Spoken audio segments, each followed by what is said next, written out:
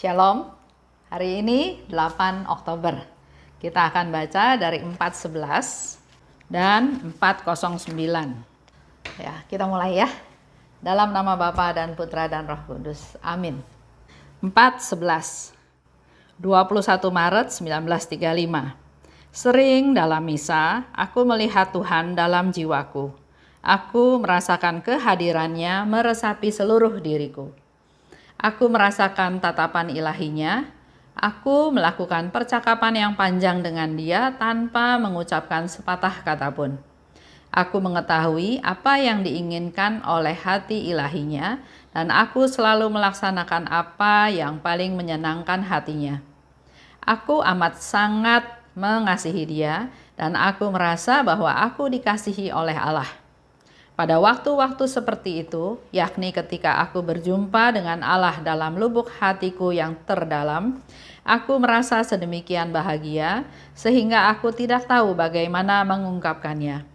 Saat-saat seperti itu sangat singkat karena jiwa tidak mampu menanggungnya untuk waktu yang lama, karena akan mengakibatkan perpisahan jiwa dari tubuh yang tidak akan dapat dihindarkan.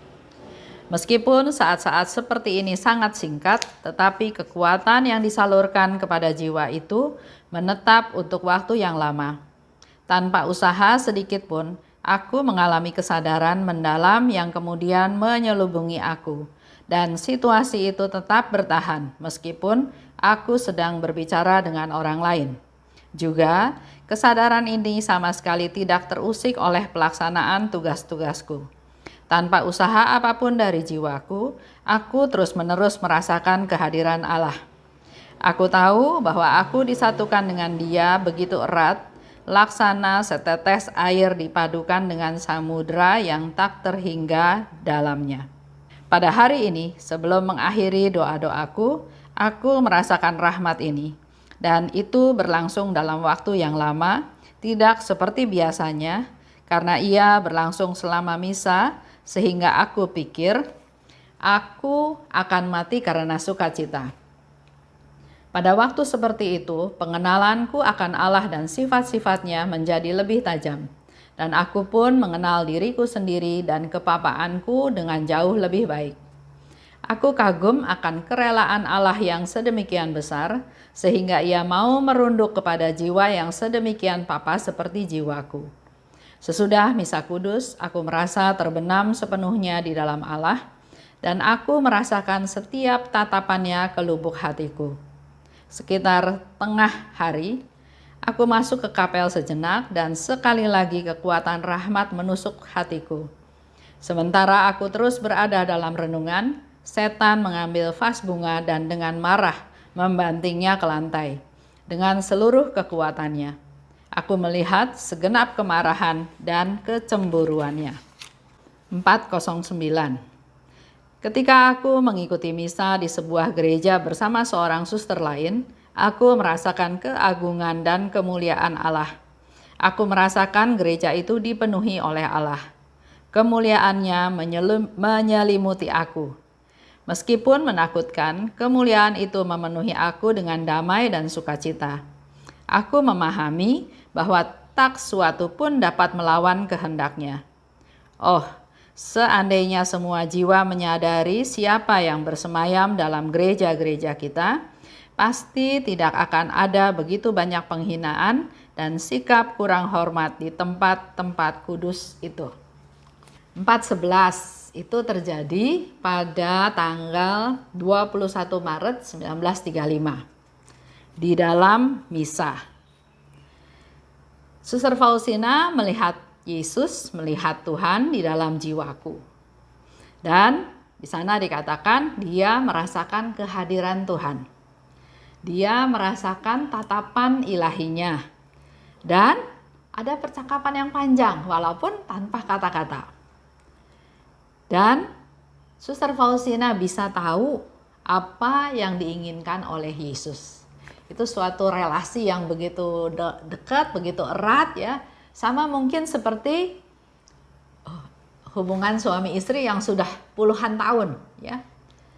Tanpa harus ngomong, kalau suaminya melakukan sesuatu, istri tahu, oh si suami ini lagi mau minum teh, ya.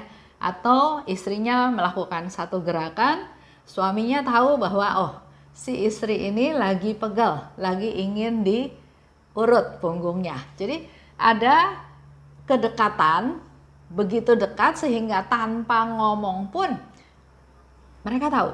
Begitu pula dengan Suster Faustina dan Yesus. Dikatakan oleh Suster Faustina, di dalam misa ada percakapan yang panjang walaupun tidak mengatakan apa-apa, dan Suster Faustina tahu apa yang diinginkan oleh hatinya Tuhan Yesus. Dan suasana ini mendatangkan kebahagiaan yang luar biasa, Pak Suster Faustina. Saat seperti itu sangat singkat. Jadi apa yang dialami oleh Suster Faustina di dalam perayaan Ekaristi itu sangat singkat, ya. Jiwa nggak dapat menanggungnya. Jadi kalau peristiwa itu berkepanjangan, berkelanjutan, bukan secara singkat, ya. Bahkan Suster Faustina bilang, jiwa tidak dapat menanggungnya kalau waktu yang lama. Jiwa dan tubuh bisa terpisah, ya. Karena begitu kudusnya, begitu sucinya, begitu istimewanya relasi tersebut. Padahal kita manusia papa, manusia berdosa, manusia yang tidak bisa apa-apa. Bergabung begitu lama dengan yang suci, dikatakan di sini jiwa dan tubuh bisa terpisah. Kembali kita ingat lagi cerita Musa, ya. Musa di atas gunung Sinai. Dia melihat cahaya api di antara ranting-ranting yang tidak terbakar. Dan Tuhan bilang, Allah bilang, jangan maju lagi, karena ini tempat kudus. Walaupun kejadian itu sangat singkat, ya, tapi kekuatan yang disalurkan menetap dengan waktu yang lama. Kekuatan yang didapat oleh Suster Faustina melalui peristiwa tersebut, dia dapat mengalaminya dalam waktu yang lama. Jadi suatu kejadiannya sekelebat, tapi dampaknya, apa yang dirasakan oleh Suster Faustina itu dalam waktu yang lama. Terus-menerus merasakan kehadiran Allah. Walau sedang berbicara dengan orang lain atau juga sedang melaksanakan tugas-tugasku. Jadi ini yang mau di-sharingkan oleh Suster Faustina. Dia melalui perayaan Ekaristi, dia bersatu dengan Tuhan. Walaupun peristiwanya sebentar, sekejap, tapi kekuatan daripada persatuan itu dia bisa rasakan terus dalam pekerjaannya, dalam melaksanakan tugas-tugasnya, bahkan waktu ngomong sama orang lain pun dia tetap merasakan persatuannya dengan Allah. Aku disatukan dengan dia begitu erat, laksana air dipadukan dengan samudra. Kita bayangin, ya, kalau Suster Faustina itu air digabung dengan samudra, sudah lebur, sudah menjadi satu dengan samudra. Itu yang katakan oleh Suster Faustina. Dia disatukan begitu erat dengan Tuhan. Udah nggak bisa dipisahin lagi. Kalau kita minyak dicemplungin ke air, walaupun diaduk, tapi tetap nanti terpisah, ya. Minyaknya dan airnya nggak menjadi satu. Tapi di sini Suster Faustina mengumpamakan persatuannya dengan Tuhan itu begitu erat, nyemplung, melebur dalam samudra, udah nggak kelihatan lagi. Udah nggak bisa dipisahkan lagi. Di 409 dikatakan lagi, Suster Faustina ikut misa, ya. Dia merasakan keagungan dan kemuliaan Allah. Merasakan gereja itu dipenuhi oleh Allah. Gereja itu bait Allah, gereja itu rumah Allah, dan dia merasakan bahwa di dalam gereja itu penuh, ya, dipenuhi oleh Allah. Kemuliaannya meliputi aku dengan damai dan sukacita. Begitu pula dengan kita. Kalau kita ada di satu tempat yang tenang, yang nyaman, yang kita tahu ada dalam perlindungan Tuhan, pasti kita juga merasakan damai dan sukacita dan sejahtera. Dan di situ dikatakan oleh Suster Faustina, kalau tahu siapa yang bersemayam dalam gereja, kalau kita tahu siapa yang bersemayam dalam gereja, pasti tidak melakukan penghinaan-penghinaan atau sikap yang kurang hormat. Kita refleksi lagi ke diri kita. Kalau kita datang ke gereja, mau ikut perayaan Ekaristi? Pertama, ada persiapan nggak dari rumah? Sering saya dengar ya, antara suami, istri, dan anak pergi ke gereja itu dalam situasi marah-marah. Marah nggak dapat parkir, marah istrinya dandannya lama, marah karena anaknya tidur bangun siang, dibangunin nggak bangun-bangun, nggak sempat makan. Jadi apa yang kita mau lakukan waktu kita pergi ke rumah Tuhan? Persiapan kurang, otomatis banyak hal-hal yang menyebabkan kita menjadi semakin tidak siap. Setelah dapat parkir, datang ke dalam gereja. Gerejanya udah penuh karena sudah hampir telat. Kesana kesini nggak ada tempat duduk. Dari jauh kelihatan tempat duduknya kosong, tapi begitu sampai dekat tahu-tahu sudah di booking. Ada tas, ada buku puji syukur, ada Alkitab ya, ada macam-macam. Di booking. Mulai kesel karena harusnya kan nggak boleh booking. Mencoba duduk, tapi dikasih tahu, oh nggak bisa, ini punya panitia, ini punya pengurus, ini dan seterusnya. Suasana hatinya udah nggak siap untuk mengikuti perayaan Ekaristi. Bisa juga terjadi rebutan tempat duduk. Bisa juga terjadi suasana marah, kesel. Nah, di sini Suster Faustina bilang, kalau kita tahu siapa yang bersemayam di situ, siapa yang bertahta di sana, harusnya nggak terjadi tuh hal-hal seperti itu. Ada yang masih belum bisa doa sebentar, terus dia keluarin HP-nya. Dia lihat di WhatsApp ada berita apa aja. Dia lihat di YouTube, dia masih ngobrol sama temennya. Atau ketemu sama teman lain, udah lama nggak ketemu, ngobrol, sana sini teriak-teriakan. Atau ngobrol karena sudah rada tua ya, mulai agak-agak tuli, jadi ngobrolnya keras. Sementara di depan kita ada yang sedang berdoa. Dia bagaimana mau doa khusyuk, sementara di belakangnya ada teman lama yang udah lama nggak ketemu, puluhan tahun nggak ketemu dan sudah sama-sama tua, otomatis ngomongnya keras karena sudah kurang kedengeran. Banyak hal yang membuat suasana hati kita nggak enak, tapi kita tuh sebetulnya harusnya sadar siapa yang bersemayam di dalam gereja. Kalau kita tahu di situ ada Tuhan, apakah kita masih melakukan sikap seperti itu? Datang pas-pasan. Malah kadang-kadang bilang, enggak apa-apalah telat sedikit, yang penting belum khotbah atau belum bacaan pertama. Banyak memberikan excuse. Gimana kita bisa mau mendapat rahmat dari Tuhan? Gimana Tuhan mau dengerin doa kita kalau kitanya sendiri juga nggak melakukan persiapan-persiapan. Ada lagi yang ke gereja pakai baju asal-asalan. Banyak yang kita lakukan seolah-olah ya di gereja itu cuma ketemu teman-teman sesama umat. Mari kita sadari hari ini bahwa Suster Faustina bilang kalau kita tahu di gereja itu siapa yang bersemayam, harusnya kita menjadi lebih sopan, menjadi lebih hormat, menjadi enggak asal-asalan, enggak sembarangan, tanpa persiapan. Contoh lagi ya, di tadi nomor 4:11 itu bicara juga tentang setan ya, setan enggak suka tuh. Kita lihat 4:11. Di sana dikatakan, aku kagum akan kerelaan Allah yang sedemikian besar sehingga ia mau merunduk kepada jiwa yang sedemikian papa seperti jiwaku. Kita harus percaya, kita imani bahwa Tuhan itu penuh belas kasih. Tuhan itu penuh kerahiman dan Tuhan mau merunduk, mau datang kepada kita, manusia berdosa, manusia yang papa. Dan lihat ya selanjutnya, Suster Faustina katakan, dia setelah misa pun tengah hari dia pergi lagi ke kapel. Dan sementara aku terus berada dalam renungan, setan mengambil vas bunga dan dengan marah membantingnya ke lantai dengan seluruh kekuatannya. Aku melihat segenap kemarahan dan kecemburuannya.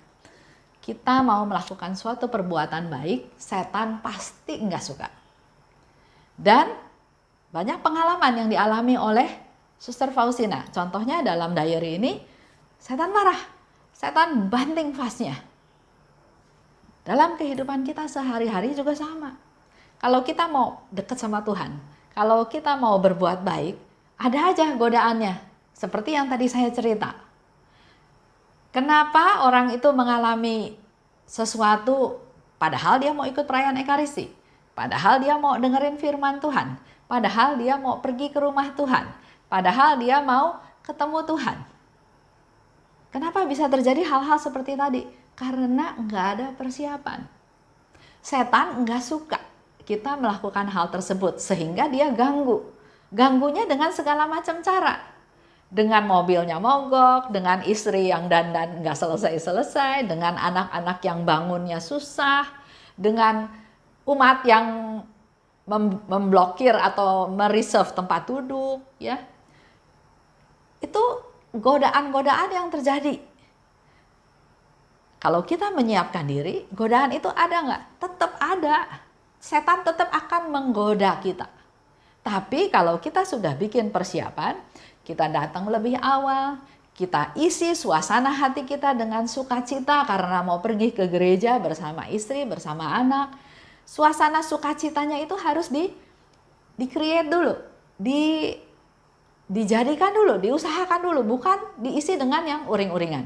Nah, kalau semuanya itu kita lakukan dengan penuh sukacita, godaan tetap ada, tapi kita enggak kecemplung atau enggak ketarik dengan cobaan-cobaan tersebut. Di-tap sama orang ya sudah, cari tempat duduk lain, naiklah ke tangga. Kalau masih enggak ada kursi-kursi darurat, kita duduk, kita buka pakai kursi darurat. Banyak hal yang bisa kita lakukan. Nggak dapat tempat parkir, cari agak jauhan, jalan agak jauh. Jadi jangan masuk ke suasana yang membuat kita dicobai dan kita jatuh. Tapi kita selalu mempersenjatai hati kita, diri kita dengan niat yang baik dan mengabaikan godaan-godaan yang nggak perlu. Karena yang jadi fokus kita adalah saya mau ikut perayaan Ekaristi, saya mau ketemu sama Tuhan, saya mau dengarkan firman Tuhan, saya mau sambut tubuh Tuhan. Itu yang menjadi fokus kita. Jangan terganggu dengan hal-hal yang lain. Itu aja untuk hari ini. Saya mau tutup dengan doa penutup ya. Dalam nama Bapa dan Putra dan Roh Kudus. Amin. Allah Bapa yang Maha Baik, kami tahu Tuhan, Engkau menyediakan sarana sakramen Ekaristi untuk kepentingan kami. Pada saat ini, pada saat COVID, banyak di antara kami yang tidak bisa menyambut tubuh dan darah-Mu dengan secara fisik. Oleh sebab itu, tetap limpahkan rahmat-Mu Tuhan, kerinduan kami untuk tetap bersatu dengan-Mu, melalui komuni batin yang diadakan secara live streaming di tempat kami masing-masing. Semoga situasi ini tidak terus terjadi berlarut-larut, tapi ada solusinya, ada jalan keluarnya, dan sementara kami menantikan saat tersebut, Tuhan tetap hibur kami, Tuhan tetap bimbing kami, Tuhan tetap tumbuhkan rasa kerinduan dalam hati kami masing-masing untuk selalu bersatu dengan Engkau.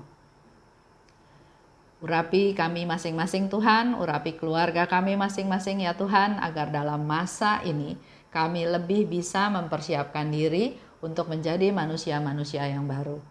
Terima kasih Tuhan, dalam nama Putra-Mu kami berdoa dan bersyukur. Amin. Dalam nama Bapa dan Putra dan Roh Kudus. Amin. Salam kerahiman.